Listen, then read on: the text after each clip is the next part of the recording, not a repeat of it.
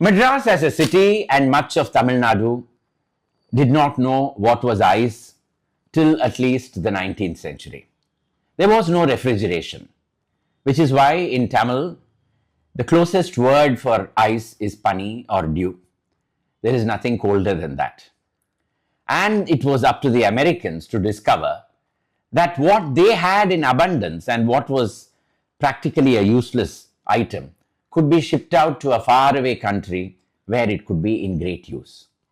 That was the idea of a young boy, just 13 years old, early in the 19th century. His name was Frederick Tudor, and he was living in Massachusetts, where the winters could be really bitter and all the lakes and ponds would get frozen. Tudor dreamt of a time when ice could be exported, and by the time he became 20, he could put his idea into action. He got his family's farms where there was a lot of water that was frozen, harvested, and the ice was shipped out in a ship to the West Indies. The world laughed.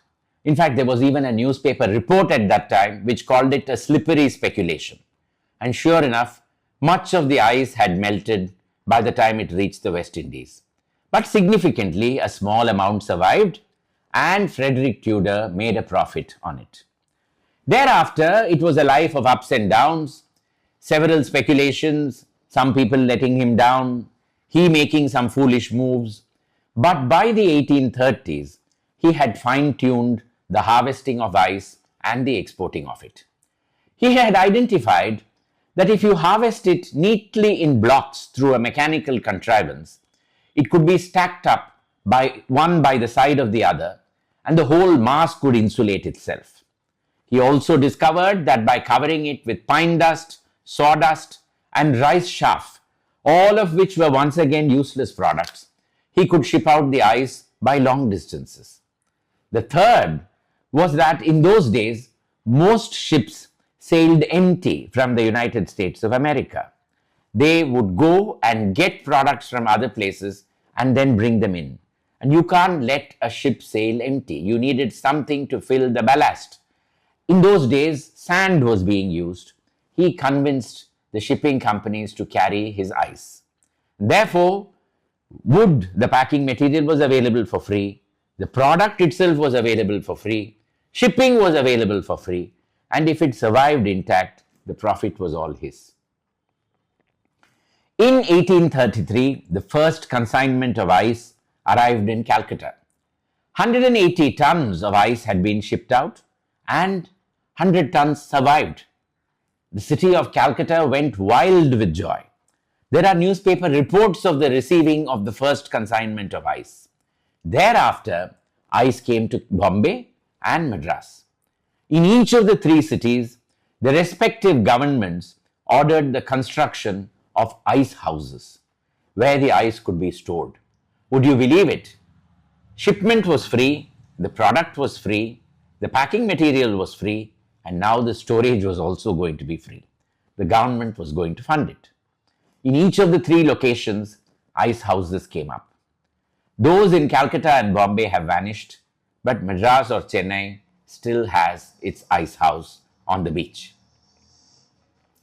The construction of the ice house on the marina is a saga by itself.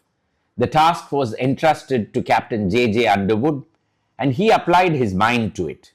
Ice was not something that could be stored easily. It let out a lot of water vapor, and so wood, if used in plenty in the construction, would rot away very quickly. The damp atmosphere would encourage white ants, and therefore he hit upon what was known as a Syrian design.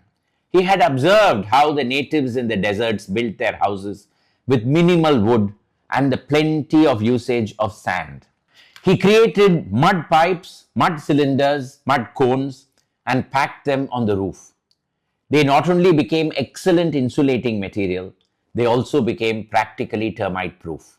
And that is how the ice was stored in the basement of an enormous tower that came to be known as the ice house. Frederick Tudor, now a millionaire many times over, also began to send refrigerated fruit.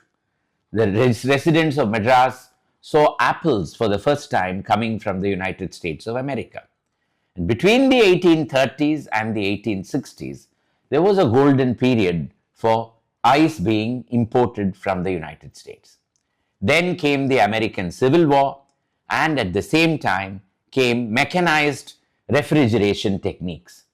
Gradually, the demand for American ice ceased, and Madras began to manufacture its own ice. Interestingly, the Parsis got into the business in a big way, but that is a story that needs to be told at an appropriate time. But ice became freely available, and we were left with an ice house that was completely empty. What do we do with it?